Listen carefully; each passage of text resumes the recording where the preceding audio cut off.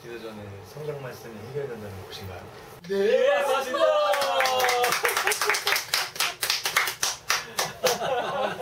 대박이었습니다. 실력이 아주 좋습니다. 이것이 바로 그것입니다. 기타가 있어야 되는데 딩딩딩딩 하면서 기다리십시오. 서진지 자매님 기타를 배우고 있습니다. 그렇습니다. 예, 안녕하십니까. 오늘은 12번째 시간. 저 12번째 시간. 말이 꼬인다. 이런 걸 물어봐도 될까요? 시간입니다. 오늘 또 질문이 있는데요.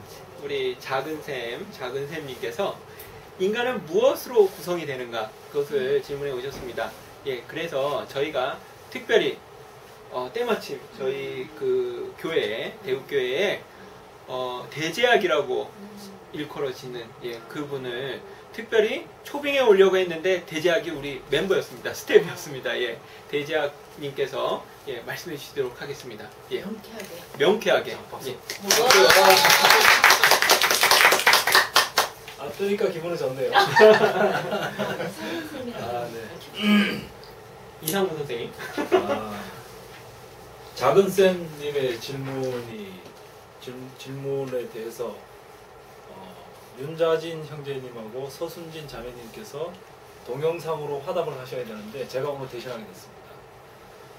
인간은 무엇으로 이제 구성되어 있는가 하는 질문인데 여기에 대해서 그 2분설과 3분설이 있습니다. 근데 이제 2분설은 영혼과 육으로 이제 구성되어 있다는 설이고요. 그 3분설은 영과 혼과 육 세 부분으로 이제 구성되었다고 하는 설이지요. 그런데 성경에서 2분설과 3분설에 대한 여러 구절이 나오는데 이것을 가지고 한쪽에서는 2분설로 구성이 되어 있다라고 주장을 하고 있고요. 또 한쪽에서는 3분설로 구성이 되어 있다고 주장을 하고 있고 또 어떤 사람들은 둘 다 맞다 이렇게 주장하고 있는 분들이 있습니다.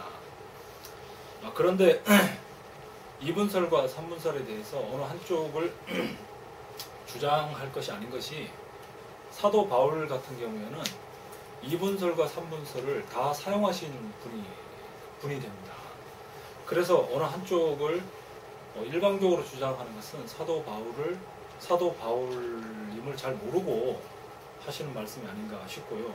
그리고 사실 초대교회에서는 사도들 간이나 또는 교회 안에서 사람이 2분설로 구성되어 있다, 3분설로 구성되어 있다 하는 것에 대한 논쟁이 없었습니다. 이것은 한참 시간이 지난 뒤에 그 기독교 역사 속에서 생긴 그런 문제인데 그런데 이제 이것을 가지고 오늘날에도 많은 문제가 되고 있습니다. 그렇지만 이제 2분설이든지 3분설이든지 이제 어느 한쪽을 주장을 하게 되면 이게 문제가 되는 게 왜 그러냐면 2분설이 100% 틀린 것도 아니고 또 3분설이 또 100% 맞는 것도 아니기 때문에 그렇다는 것이죠.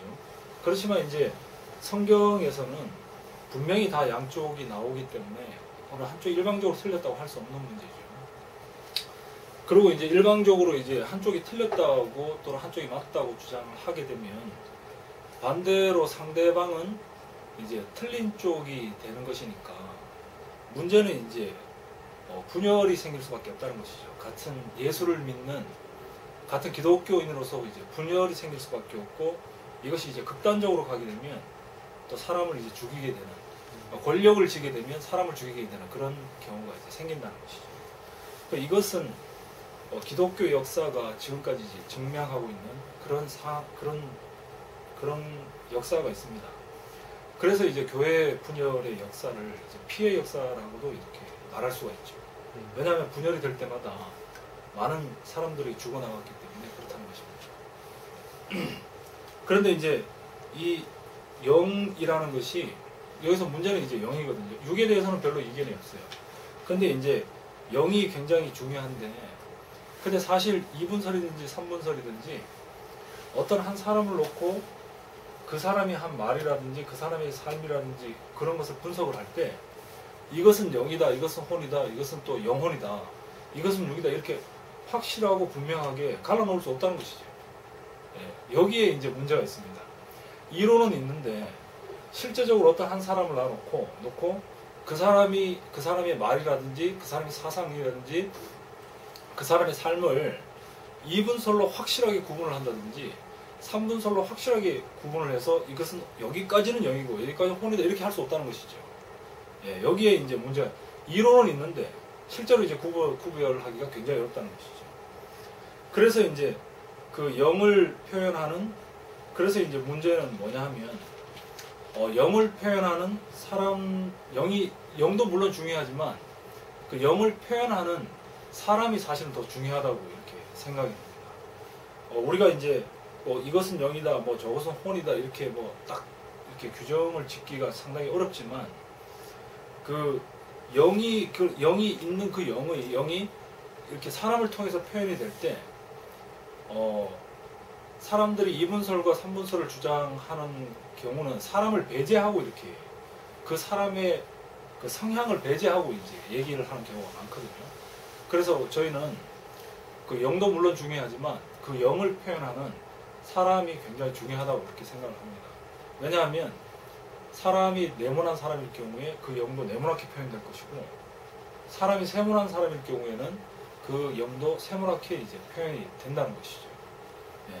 그래서 영도 물론 중요하지만 사람이 어떤 사람이냐에 따라서 그 영이 표현되기 때문에 사실은 정상적인 사람이 굉장히 중요하다고 생각합니다. 저는 이제 얘기를 들으면서 저는 좀 그래요. 그러니까 약간 실질적인 사람이라 해서 실질적이라고 생각을 하거든요. 그러니까 저는 영과 육으로 2분설과 영, 6혼이죠. 예, 그래가지고 이걸 나누면은 그러니까 2분설을 믿어서 어떤 게 나오고 3분설을 믿어서 뭐가 다르죠? 그러니까 뭐가 나오는 아웃풋이 다를 게 뭐가 있는가? 그러니까 그런 생각이 들어요. 그러니까 잘 모르니까 진짜 모르겠어요. 그러니까 저는 제가 2분설이라고 생각하는 것도 아니고 3분설이라고 생각하는 것도 아닌데 얘기를 들으면서 그러면 그렇게 2분설로 믿고 3분설로 믿어가지고 결과물이 나오는 게 그러니까 어떤 사고 체계가 다르기 때문에 판단하거나 생각하는 게 다를 수 있잖아요.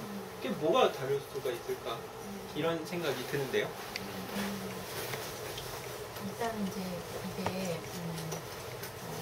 우리는 그 희락적인 사고를 많이 하기 때문에 어떤 추상적인 것도 이렇게 분석하고 논리적으로 정립해서 내가 이해하기 편하게 만들려고 하는 게 사람들의 속성 안에 있는 것 같아요. 그런데 이제 아까 상문이 형제님도 그런 얘기를 했지만 그 이제 우리가 둘로 나누든 세수로 나누든지 간에 그 육의 생명과 예를 들어 혼의 생명과 영의 생명으로 나눈다고 했을 때 그 육의 생명이 있는 이유는 그 혼의 생명을 위해서 있다는 거예요. 예를 들면 우리가 병원에 가면 식물인간을 볼 수 있잖아요. 그 식물인간은 육의 생명은 살아있어요. 그런데 이 사람한테는 혼의 생명은 없는 거죠. 그래서 그 몸은 살아있지만 우리가 보통 사람이라고 하는 지정이 이런 기능은 완전히 없어진 사람이에요. 그러면 예를 들어 또 우리가 그 존재하는지 안 존재하는지는 차후의 문제고 육의 생명이 없고 만약에 혼의 생명만 있는 사람이 존재할 수 있다 하면 그거는 뭐겠어요? 귀신이잖아요. 그러면 귀신은 우리가 있다 해도 육의 생명을 가지고 있는 사람하고는 이미 만날 수 없는 거예요. 그죠? 그러니까 이거는 존재해도 우리랑 상관이 없는 거죠. 그리고 또 혼의 생명은 이제 우리가 이 성경 안에서 보면 하나님이 생기를 불어넣은 후에 산혼이 됐잖아요. 이 산혼은 이제 지정의 기능을 가진 기능체라는 거예요. 그럼 이 기능체는 뭘로 자기의 가치가 결정되느냐, 그 자기 안에 어떤 것이 들어오느냐에 따라서 자기의 지정의 기능체가 가치가 달라진다는 거예요. 자기 스스로 가치가 있는 것이 아니라. 그러면 이 혼의 생명은 뭐를 위해서 있냐? 성경에서 말하는 영의 생명을 위해서 있다는 거예요. 근데 이 모든 생명은 그러면 내가 스스로 만들어낼 수 있냐? 그건 아니고 모든 생명은 하나님께 속해 있다는 거예요. 그래서 육의 생명을 말할 때도 우리가 나고 죽는 걸 우리 마음대로 할 수 없고 또 이렇게 우리가 정신의 기능도 또 정신병자들은 기능이 그죠? 혼의 기능이 손상되거나 뭔가 문제가 생긴 사람들도 있고 그렇잖아요. 또 그리고 어떤 사람들은 사실 성경이나 그 하나님을 믿지 않는 사람들은 사실은 영의 생명에도 관심이 별로 없어요. 그 혼의 생명을 발달시키고 혼의 생명으로 살아가는 거에 주안점을 주고 살아가고 있고, 그래서 이 세 생명을 이렇게 우리가 이해하기 편하려고 분리해 놨지만 어느 하나도 분리시켜서 그 사람을 정의할 수 없다는 거예요. 이상문 형제님이 말씀을 했는데 육의 생명으로 말씀을 했습니까? 혼의 생명으로 말씀을 했습니까? 영의 생명으로 말씀했습니까? 이렇게 말 못하거든요. 이상문 형제님이 말씀을 한 거거든요. 그래서 그 가장 쉽게 얘기하면 우리가 창조도 빛으로 시작해서 사람으로 완성되는 것처럼 그 육의 생명이 있는 이유는 혼의 생명을 위해서, 혼의 생명이 있는 이유는 영의 생명을 위해서. 그렇지만 영의 생명을 위해서 있는 거지만 또 이것은 육의 생명이 없으면 혼의 생명은 있어도 자기 자신이 활동하고 발휘될 수 있는 몸이 없는 거잖아요.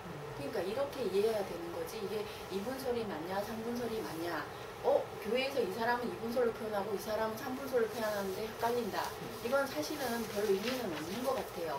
그 말하는 사람을 알면 이분설이든 삼분설이든 그 사람이 내게 양식이 되느냐 안 되느냐 이런 문제고, 나를 이끌어가는 사람인가, 또 나를 하나님을 알기 쉽게, 예수님을 알기 쉽게 인도하는 사람인가 아닌가, 이런 것이 더 중요하지, 그 사람이 이분설을 썼으니까 틀렸고 삼분설을 썼으니까 맞았고 이런 거는 아닌 것 같아요. 그게 더 중요하고 큰 문제는 아니라는 생각이 듭니다.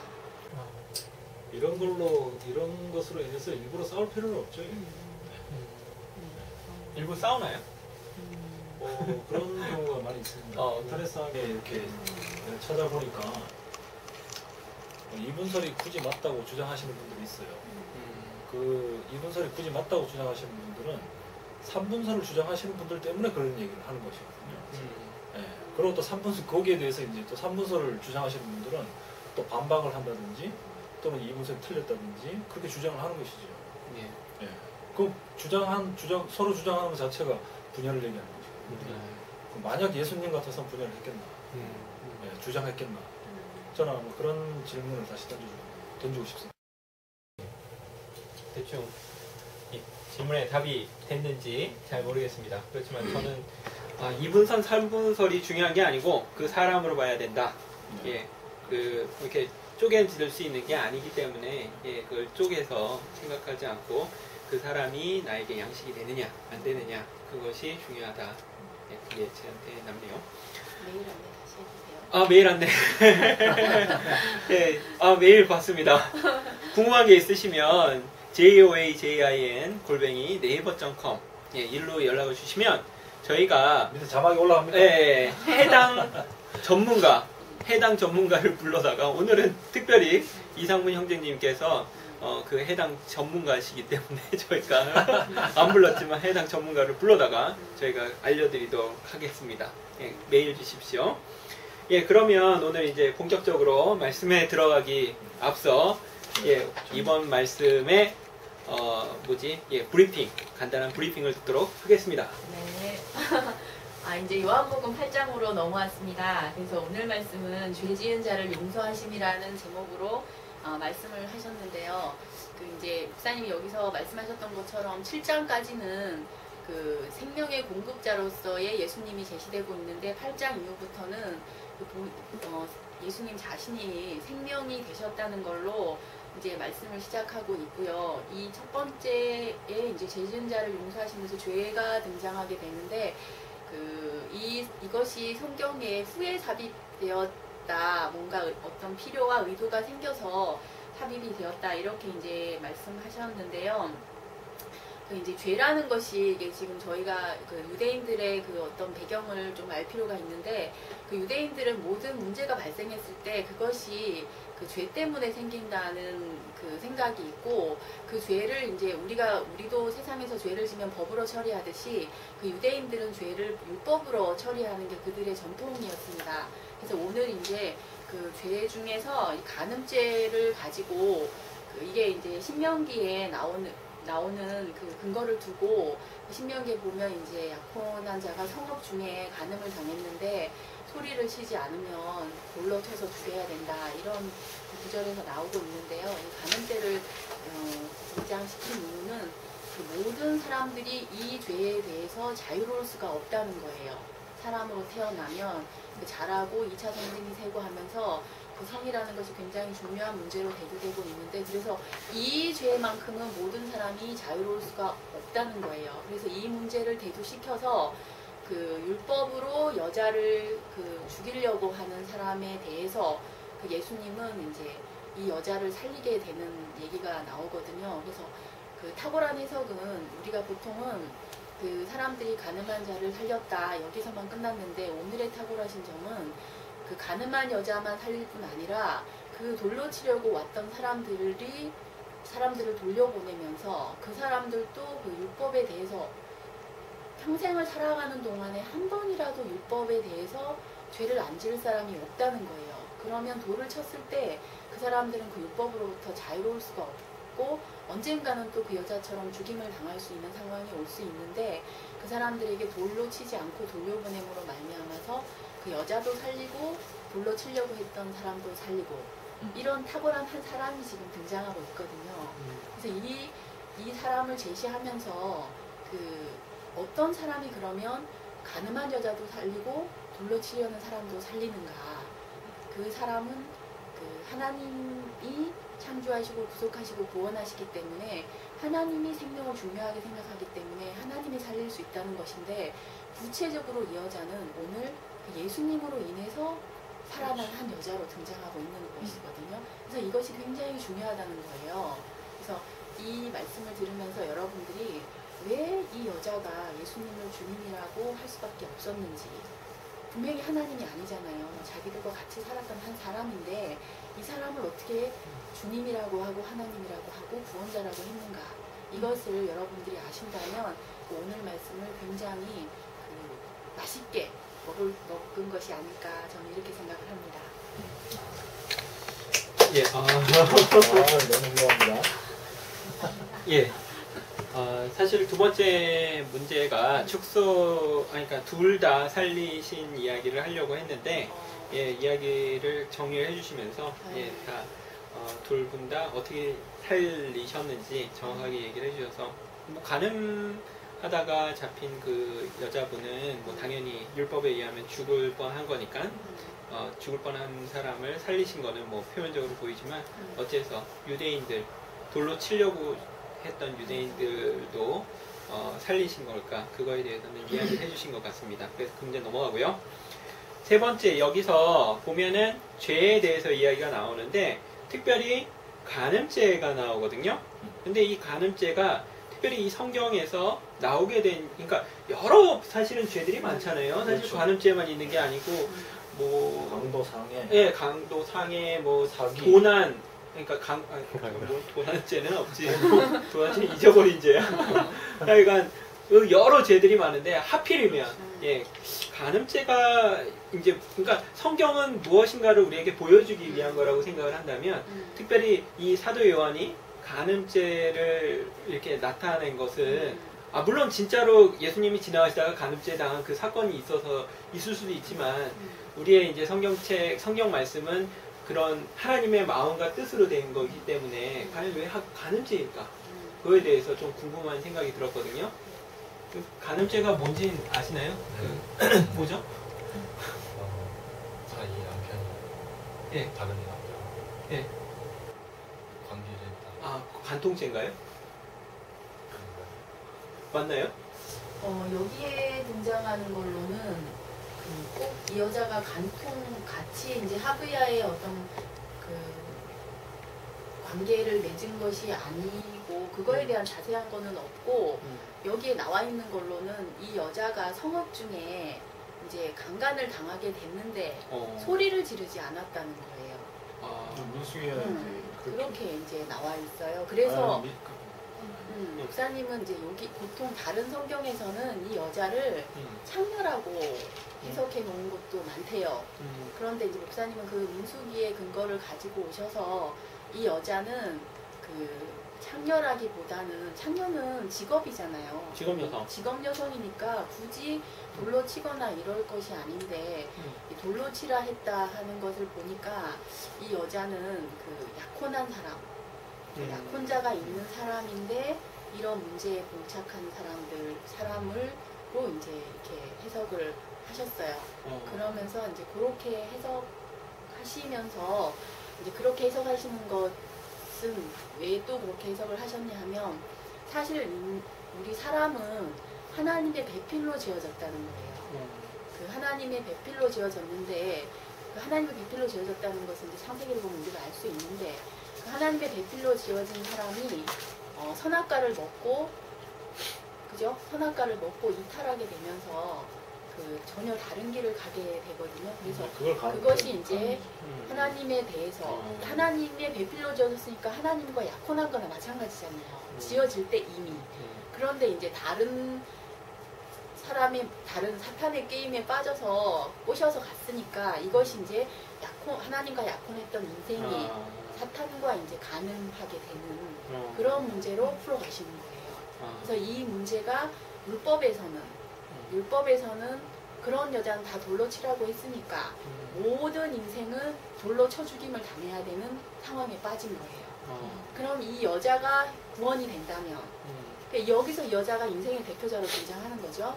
이 여자가 구원을 받게 된다면 모든 인생이 살 길이 열리는 거죠. 그래서 이 요한은 목사님이 여러 번 얘기하셨지만 요한복음은 어떤 의도를 가지고 사건을 계속 배치하고 있다는 거예요. 그래서 여기에 그 간음죄로 이제 죄를 지은 여자를 해방시키는 사건이 등장하게 됐다는 거예요. 예, 한 말씀 대자님께서 원구 형제가 지금 어떤 질문을 해야 되겠네요. 예, 그런가요? 예, 그렇죠. 질문하세요.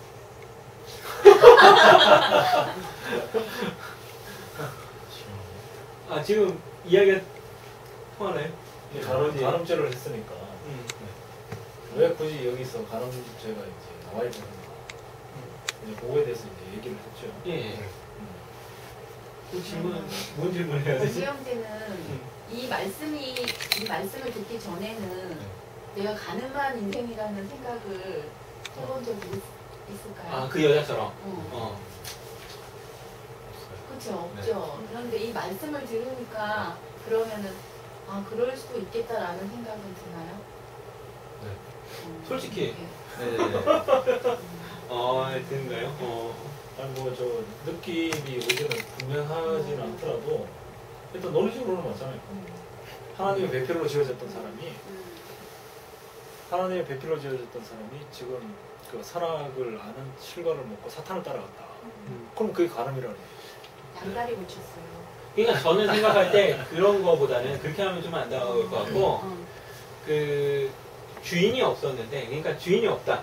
그러니까 내 인생에 있어서 그러니까 그냥 무슨 유아독존처럼 나 혼자 딱 이렇게 서 있다. 그러니까 누구도 없다. 이게 그런 인생인데 그게 이제 그 하나님, 예수님이라는 그 존재를 잊어버린 존재인 거지. 잊어버린 존재. 근데 사실 우리는 사탄이라는 걸 생각하고 살지는 않잖아요. 예, 그러니까 그러니까 없는 존재였는데 그게 하나님을 알게 되면서 내가 주님을 몰랐었구나. 예, 그렇게 생각되지는 않을까. 저는 그런 생각이 듭니다. 그렇습니까? 네. 예, 아주 좋습니다. 예, 잘 권구 형제가 이해를 잘 했으므로 아주 만족스럽게 다음 문제로 들어가도록 하겠습니다.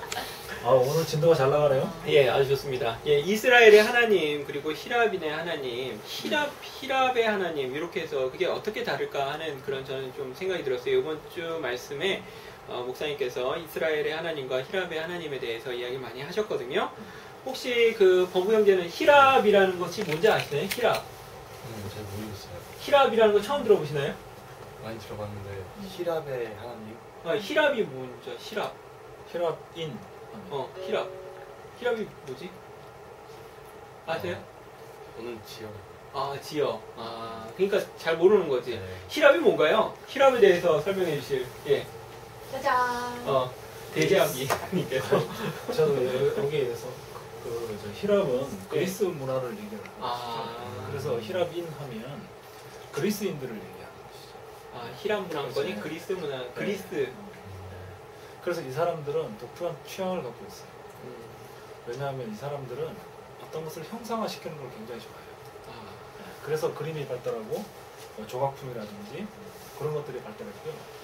그리고 또 이 사람들의 신관이 있어요. 신관. 그 신관이 있는데 이 사람들의 신은 데오스라는 신이죠. 다신교 아닌가요? 다신교? 네, 맞아요. 다신교인데 이 사람들은 어떤 그 신에 대한 어떤 특징이 있어요. 특징은 완전 무결한다. 완전 대단한 능력을 가지시고 그리고 인간과는 차원이 다른 어떤 존재. 아, 네, 이런 신관을 가지고 있죠. 아, 예, 히랍인들이. 그리스 로마의 네, 그렇죠. 그리스의 로마 신화. 로마 신화. 그래서 그리스 로마 신화에 나오는 그 신들은 다 어떤 뭐 절대적인 어떤 능력을 갖고 있다든지 인간과는 차원이 다른 어떤 그런 것들을 이제 갖고 완전 무결한 어떤 그런 면을 갖고 있다는 것이죠. 그런데 이제 히브리인들의 그러니까 그런 신들은 한편으로 보면 인간은 신이 될 수 없고 신은 인간이 될 수 없는 어떤 객관적인 존재로 이제 있는 그런 신들을 얘기하는 것이죠. 이것이 이제 히랍인들의 신관이라고 합니다. 아, 네. 그러면은 그런 그 히랍의 하나님이라는 건 결국은 그리스 신화에 나오는 그런 신의 그 하나님이라고 하는데 사실 저는 어떻게 보면은 우리 문명 지금 문명이 그리스 로마 문명이 아닐까 그렇죠. 그때서부터 네. 그렇기 때문에 계속 우리들이 생각하는 게 그 바탕으로 그러니까 그리스 맞습니다. 로마 그 문명이 바탕이 있기 때문에 결국 모든 학문이 거기서 파생이 됐고 모든 학문이 나왔으니까 그러니까 우리가 생각하는 그 하나님에 대한 것도 예, 그 로마와 그리스 그들의 생각을 바탕으로 해서 이해를 한다는 거잖아요. 그러면 도대체 이스라엘의 하나님은 그러니까 이것도 뭐라 히브리인들의 하나님이라고 그래야 되나? 그렇죠. 예, 또 비슷합니다. 히르브리 히랍. 예? 히브리. 그들의 하나님은 무엇이 다른 걸까요? 그러니까 암만 해도 지역도 다르고 문화도 다르니까 완전히 다른 어떤 컨셉, 다른 생각을 갖고 있겠죠? 예. 그래서 그걸 좀 알고 싶습니다. 그 히브리인의 하나님은 이제 그 히랍인의 신관과 이제 아주 상대가 되는 그러니까 거의 정반대가 되는 이제 신관인데 이제 히브리인 하면 이제 강을 건넌 사람들이라는 얘기죠. 그 의미가 그래요. 히브리인의 하나님이라는 거. 어느 강인지 아세요? 어느 강? 티그리스하고 유프라테스 강을 요단강 아닌가요? 요단강. 아닙니다. 요단강인 줄 알고 있었는데. 아브라함이 최초에 갈대아 우르에서 하나님의 부르심을 받고 가나안 땅을 갈 때 강을 건넜다고 해서 그 가나안 사람들이 이제 우리 그렇게 부른 거죠.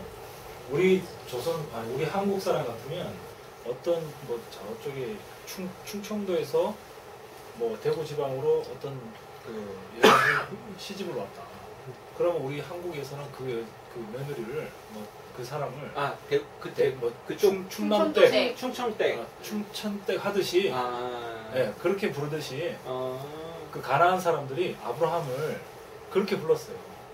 강을 건너온 사람이라 해가지고 히브리 사람 이렇게 부른 거예요.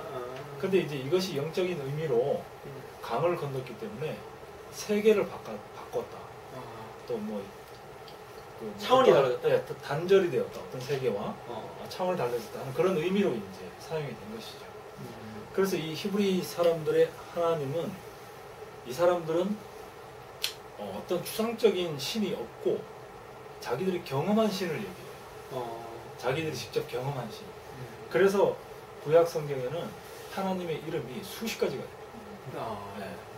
처음에 엘로힘의 하나님이었다가 여호와 하나님이었다가 그 다음에 여호와 니시였다가 그 다음에 여호와 이레였다가 그 다음에 엘샤다이였다가 그들이 어떨 때 경험한 하나님에 대해서 그렇게 이름이 많아요. 거의 인디안들 막 이름 짓듯이 짓나 보네요, 그죠? 그러니까 자기들이 경험한 하나님. 그럴까요? 네, 제가 그 인디아는 제가 자세히는 잘 모르겠습니다. 네. 그래서 이 사람들은 어떤 뭐 완전한 신이다, 절대적인 신이다 그런 게 없고 어떤 상황에서 자기들을 구해 주신 하나님, 자기들이 직접 경험한 하나님, 그 하나님을 이제 히브리인의 하나님이라고 하는 것이죠.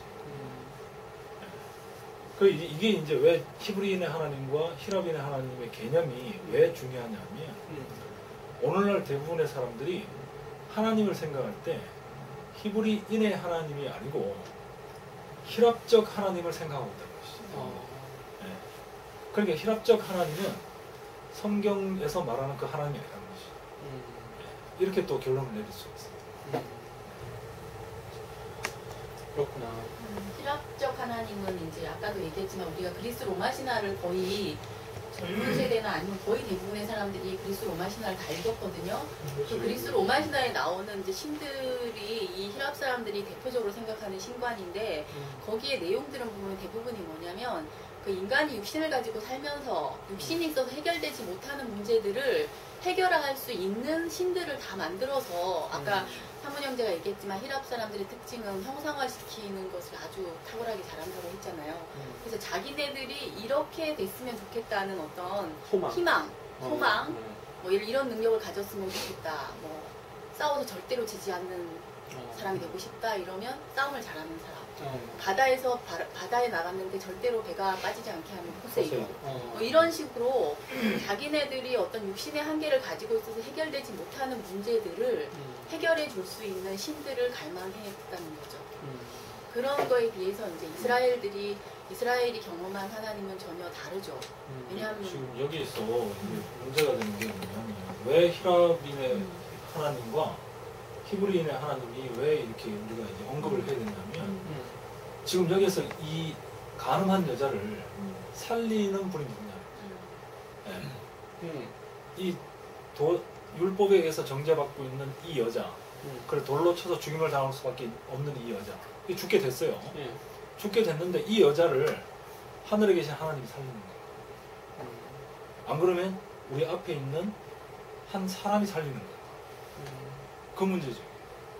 딴 사람들 그러니까 히랍적 사고를 가지고 있는 사람, 히랍적 신관의 사고를 가지고 있는 사람들은 그 상황에서 하늘에 대고 빌어야 된다는 것이죠. 예. 그런데 이 여자를 실제로 구원하는 사람, 살리는 분은 히랍적 신이 아니고 하늘에 있는 절대적인 신이 아니고 지금 앞에 있는 초라한 한 사람이라는 것이죠. 예. 그래서 이 여자에게는 이 앞에 있는 그 예수라는 한 사람, 한 30대 초반에 있는 이 예수라는 한 사람이 바로 이 그 가늠한 여자를 살린 하나님이 되는 것이죠. 그렇구나. 그래서 하나님이 되는 것이죠. 이것이 이제 히브리인의 그 하나님에 대한 사고죠. 사상이죠. 자기를 살린 사람, 자기를 살리신 분을 구원자라고 하는 것이죠. 구원자 하나님, 구속주 하나님. 그럼 범우 형제가 그런 하나님이 느낀 데가 있나요? 나를 살리신 하나님 처음적으로. 저도 하나 안 보이는 사람, 그러니까 신적인 존재가 나를 살렸다는 느낌을 받은 적 없고요. 저 가까이 있는, 그러니까 실제로 나와 살고 하는 그런 사람이 나를 도와주거나 그랬던 경험이 많이 있죠. 구체적으로 이제 느껴지는. 네. 그렇죠. 우리는 우리가 이렇게 살면서 이렇게 보면 사실은 그런 거를 이제 실제로 경험하고 살죠. 네, 어떤 경우냐면 우리가 지금까지 이렇게 온 것은 아기 때부터 이렇게 올랐을 거 아니에요. 아기 때 우리가 태어나서 얼마 되지 않았을 때 엄마 젖을 먹지 않으면 우리 죽잖아요. 그러니까 아기를 살리신 분은 누구냐? 엄마예요. 그러니까 실제적인 구원자예요. 그렇죠. 아기에 대해서는 아기를 살리고 키우고 모든 것이 되시는 분은 누군가? 젖을 먹이는 엄마. 이게 히브리적인 사고예요. 그리고 그렇군요. 예, 진도 빠릅니다. 예, 다음 주 질문으로 가도 됩니까? 아니 여기서 이제 조금 더 해야 되는 더 거예요. 해야 더 됩니다. 해야죠. 예. 왜냐하면 우리까지 와야 돼요.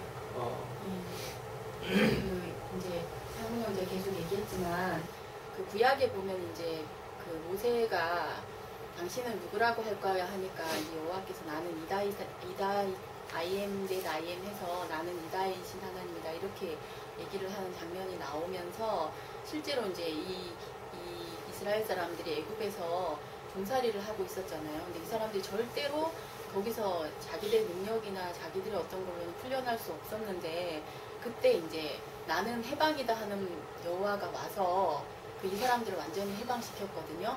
그래서 이제 이때 나오는 말이 나는 너를 애굽 땅 종되었던 곳에서 인도하여낸 너의 하나님 여호와로라.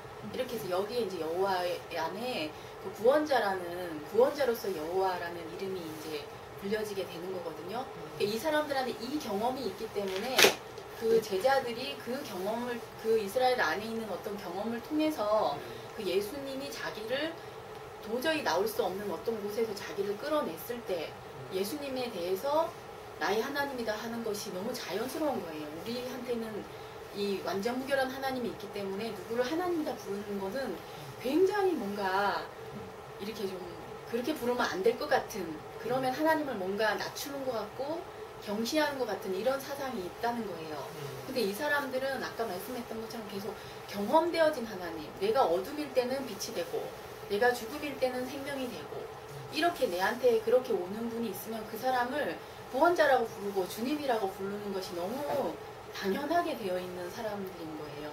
그래서 이 사람들이 예수님을 만났을 때, 또 오늘같이 가늠한 여자가 자기를 살리는 예수님을 만났을 때 나의 하나님이고 나의 구원자이고 나의 주님이십니다. 이렇게 고백하는 게 하나도 이상하지가 않았다는 거예요.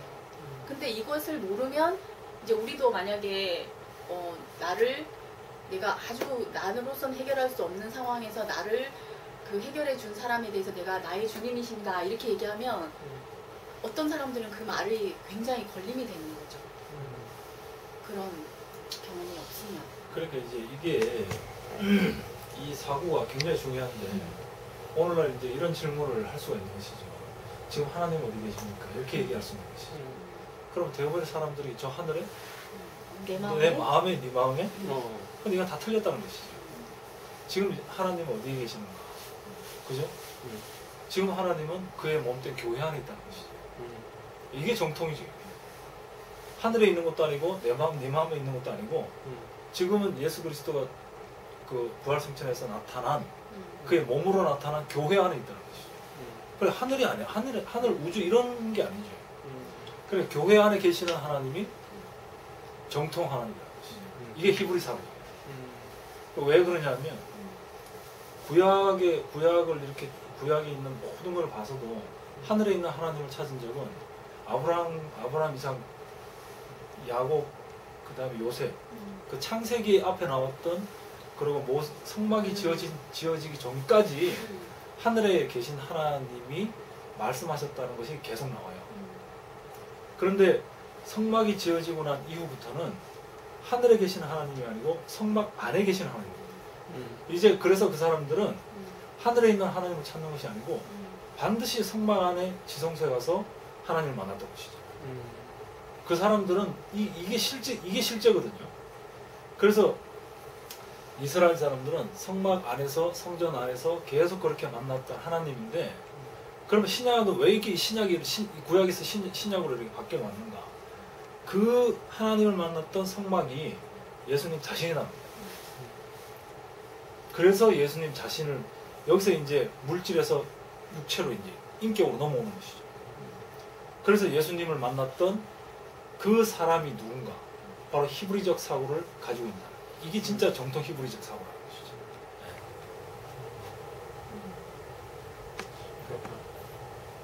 어떻게 이해가 잘 되십니까? 아니 우리도 솔직히 얘기하면 하늘에 계신 하나님이 어떤 분인지 잘 몰라요. 좀 솔직히 얘기를 하면 그분이 뭐 어떻게 생긴 분인지도 모르고 어떤 능력을 행하시는 분인지도 모르고 뭐 어떤 분은 경험해 보신 분도 있지만 저는 한 번도 경험을 해본 적이 없거든요. 그러니까 어떤 분은 알고 있지만 어떤 분은 모르고 또 안다 하더라도 그게 진짜인지 아닌지 모르고 그래 모호한 것이지. 예. 갑자기 이제 그런 얘기 생각나니까 아인슈타인이 이제 얘기를 할 때 만물에 계시고 눈에 보이지 않지만은 이렇게 그러니까 결국은 그 아인슈타인 그분의 그 하나님은 뭐 사실 뭐 불교의 하나님일 수도 있고 부처님일 수도 있고 뭐 다른데 뭐 알라신의 알라가 될 수도 있고, 예? 이스라엘. 그러니까 그냥 이게 무소부재하고 그 아닌 그런 어떤 그게 아마 제가 생각하기에 지금 생각하는 시랍의 하나님의 그 뭐랄까 정통 그거를 딱 이렇게 아인슈타인이 얘기를 한 것 같거든요. 그런 얘기를 한 적이 있습니다. 그래서 그렇게 이제 종교다원론자들, 그러니까 모든 종교의 그 신들이 있지만 사실은 뭐 그것이 하나로 어우러진다 이런 식의 어떠한 생각들이 다 히랍 생각에서 나온 게 아닐까, 히랍적 사고 방식에서 나온 것이 아닐까. 겉으로는 좋아 보이는데, 그러니까 우리도 이제 그 히랍적 그 하나님을 우리가 이제 물론 이제 그런 하나님을 우리가 경험을 해야 되지만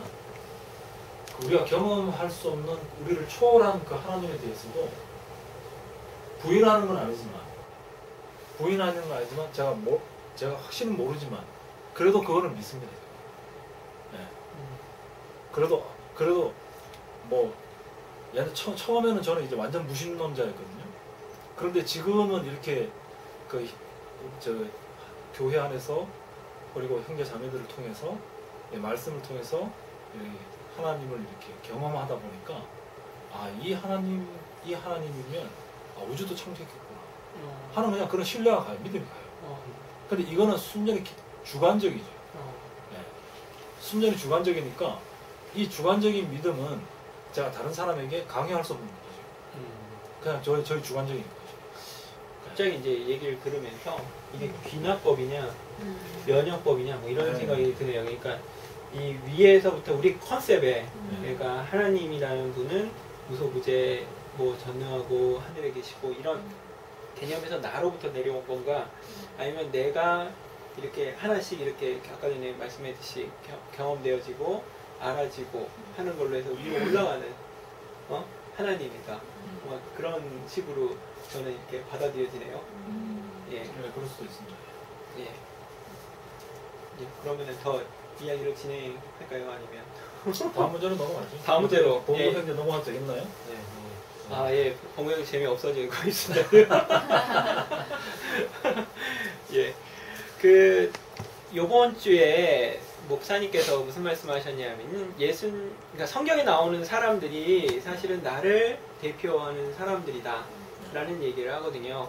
사실 이제 제가 좋아하는 말 중에 하나가 어떤 말이냐면은 우리 장모님이 늘상 쓰시는 말이, 그러니까 사람이 겪는 일은 나도 겪는구나. 그런 거가 늘 얘기를 하시거든요. 그러니까 무슨 경험이 있으시냐면 옛날에 그 정신병 약 먹는 사람들을 이해를 못했대요, 본인이.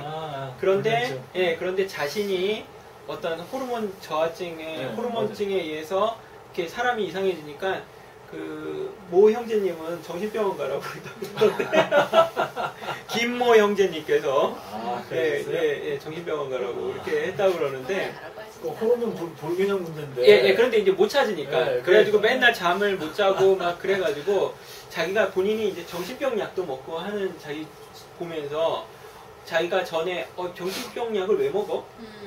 막 이렇게 그렇게 생각을 했는데 본인이 먹고 있으니까 내가 사람이 겪는 일은 내가 다 겪을 수 있는 거구나. 그거를 이제 그 장모님한테 얘기를 들었었는데 그걸 들으면서 저는 그런 생각이 들어요.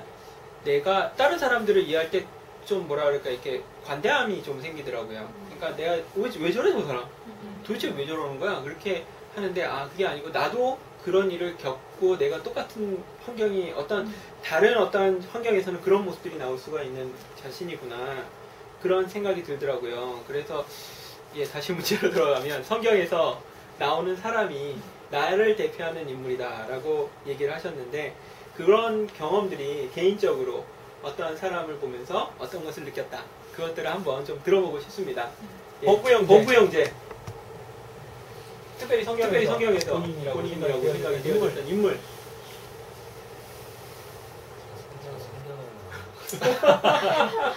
성경을 안 본 거예요? 못 본 거예요?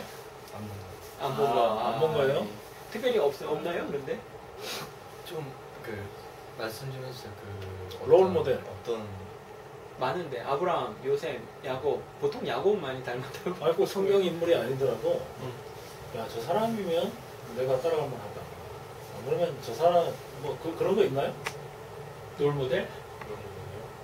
뭐 롤모델이라고 할 수 있나요, 이게? 지금 대표한다는 얘기가? 롤모델이라기보다는 네. 뭔가 저 사람이 내 모습이구나. 저 사람이 바로 나구나. 나도 저럴 수 있겠구나. 그러네. 나도 저런 경험이 있는데 뭐 이런 거. 혹시 예수님에 대해서 저 사람이 그런데 여기에서 대표한다는 말은 나도 저런 경우 나도 저랬지 하는 그런 게 아니지 싶은데. 그래요?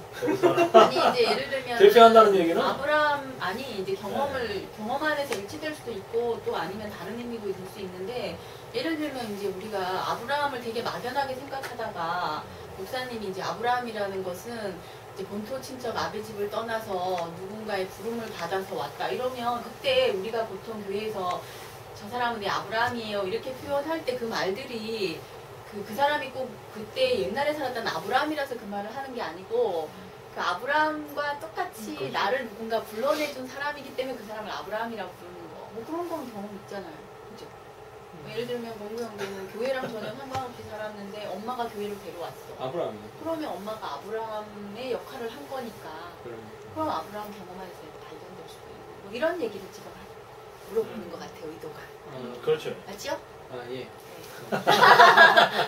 그러면 서순진 자매님. 저는 이제 교회 생활하면서 그런 경험들이 굉장히 많았어요. 심지어는 가론유다로 제 자신이 보여질 때도 정말 있었고, 그래서 그 가론유다는 결국 이제 성경에서는 십자가에 먹혀서 죽죠? 아니요, 자살했죠. 자살했는데 저도 그때 이렇게 그 경험 안에서 가론유다가 죽을 수밖에 없었겠구나 이렇게까지 경험되었던 적도 있는데 오늘은 이제 이 말씀을 하셨으니까 오늘은 저는 정말로 오늘 이 말씀을 들으면서 가늠한 여자 안에서 제 자신이 너무 명백하게 발견되어집니다. 정말로. 그래서 저도 이렇게 처음에 목사님을 만나서 내 인생이 굉장히 이렇게 가늠한 여자로 발견되는 경우가 굉장히 많았던 것 같아요. 왜냐하면 원래 남편이 있는데 원래 남편을 버리고 항상 딴 남편을 갈망했으니까 뭐 육신 안에서도 그렇고 왜냐하면은 육신 안에서도 실제로 그랬어요. 육신 안에서도 그렇고 뭐 영안에서는 뭐 어찌 됐든 간에 그래서 이 여자의 얘기가 특히나 이 자매님들은 굉장히 공감을 많이 할 거예요. 훨씬 더 쉽게 공감이 될 거라는 생각이 들고 오늘 이제 또 목사님이 단순히 여자의 문제가 아니고 이 여자의 문제를 인생의 문제로 이제 해석을 하셨잖아요. 근데 딱 맞잖아요. 제가 아니다 할 수 없게 너는 딱 요 여자인데 그 요 여자를 죄에서 해방시키고 죄의 속박에서 해방시켜서 자유를 줄 수 있는 사람은 누구냐? 이걸 이제 얘기하셨는데 우리한테 그 경험이 있잖아요. 내가 꼼짝달싹할 수 없는 이 상황에 봉착했을 때 나에게 그 한마디 말로 뭐 이를테면 유명한 걸로는 사방이 막혀도 하늘은 열려있다. 뭐 이 말 앞에서 모든 절망하던 인생들이 희망을 얻는 것처럼 저도 그 자리에서 희망을 얻었던 적도 있고 그래서 오늘 저는 이 여자가 바로 내 인생으로 오늘의 대표자, 나의 인생의 대표자라고 발견이 됩니다. 근데 사실은 지금까지 우리가 요한복음 이렇게 쭉 해오면서 그 요한복음 2장에서부터 시작해서 그 모든 장면들이 1장에서도 역시 마찬가지죠. 1장에서도 역시 마찬가지. 2장에서부터 그 우리 포도주로 변한 사람, 그 다음에 뭐 신랑이 없는 잔치집 2장에서 그렇죠? 3장에서 니고데모가 나오잖아요. 부인했던 뭔데 그게 다시 태어나는 게 뭔데? 4장에서 그 목마른 여자, 5장에서 38년 된 그 병자 일어나라 하니까 일어나서 걸어갔다. 하는 이런 모든 것들이 사실은 우리 인생을 다 대표하는 것이지. 그리고 또 오늘 요한복음 8장에서는 이 구도가 아주 너무 이렇게 선명해요. 이게. 왜 그러냐면 여기 누구냐면 이 여자는 구원받아야 될 대상이잖아요. 그리고 죄를 지은 여자고 구원받아야 될 대상. 예수님은 구원하시는 구원자시고 그 옆에는 유대인들, 바리새인들과 서기관들이 이게 죽이려는 사람들이에요. 이 구도가 딱 맞거든요. 이게. 나는 여기에서 어디에 속하냐 이거. 그 나는 그러니까 이 가늠한 여자와 구원받아야 될 사람과 구원자와 그다음 정죄하는 사람이 이 사람이 모든 인류를 대표하는 것이지. 그 여기에서 포함이 안 될 사람이 아무도 없는 것이죠. 사실 이건 우리 얘기예요. 아멘. 네. 그러면 내가 구원자가 아니고 내가 구원자가 아니고 내가 정죄하는 사람이 아닌 것 같으면 너 당연히 나는 그거지. 구원받아야 될 사람. 이게 단순하게 뭐 가늠했다 안 했다 이 얘기가 아니고 예? 나는 구원받아야 될 사람이야. 그러면 구원받아야 될 사람은 난 누군가? 그 예수를 절대적으로 필요한 사람. 나를 구해줄 사람. 예. 그러니까 이게 우리 현실 안에서 어떤 것이냐면 우리 아주 쉬워요 이게. 왜 그러냐면 나는 교회가 없으면 못 살거든. 일렬로 교회 안 오면 저는 못 살아요. 교회가 나의 구원자죠. 없으면 안 되니까. 그럼 거기서 또 교회라고 해가지고 말씀이 없으면 되나요? 그럼 말씀이 있잖아요. 그럼 말씀이 또 나를 살리잖아. 그게 또 구원자죠. 또 형제 자매들의 표현이 또 있잖아요. 또 교회 그 시장 바닥에서 느끼지 못하는 꼭 교회 가야만 우리가 느낄 수 있고 공부받을 수 있는 것들이 있잖아요. 그 나를 살리는 어떤 성분들 그게 바로 구원자죠. 네, 나를 살게 하니까. 그렇구나. 네. 그러면 범구 형제 누가 본인을 살려? PC방에 가야 사나요? 이 본모양제가 제일 꼭 그런 건 아니지 그래. 본모양제가 제일 행복한 것? 행복한 어디 가면 얼굴이 쫙 펴지니. 어디 가면 얼굴이 쫙 펴져.